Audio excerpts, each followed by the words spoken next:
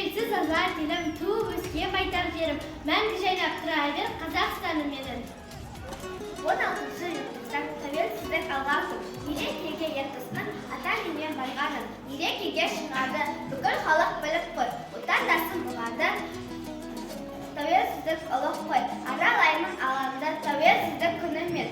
Батыр Қайрат ағамның суретіне үңілем. 16 желтоқсан тәуелсіздік алған күн. Мерекеге ертісқан шығар ән салған күн. Тәуелсіздік мемлекеті, мықты болсын еліміздің керегесі. Тату-тәтті болып халқымыз әрқашан мықты кетпесін туған жердің берекесі. 16 желтоқсан тәуелсіздік алған күн. Мерекеге ел тосқан шыққан ән салған күн.